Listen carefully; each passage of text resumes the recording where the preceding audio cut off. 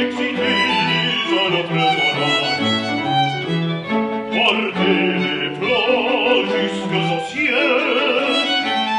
portez les flots jusqu'aux cieux,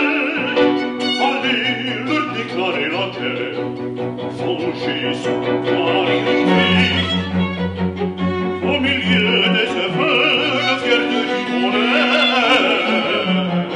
ne soit pas même en sûreté, sous les tyrans des airs papillons furieux, que les pyrocourants venez servir la rage, excités à notre orage.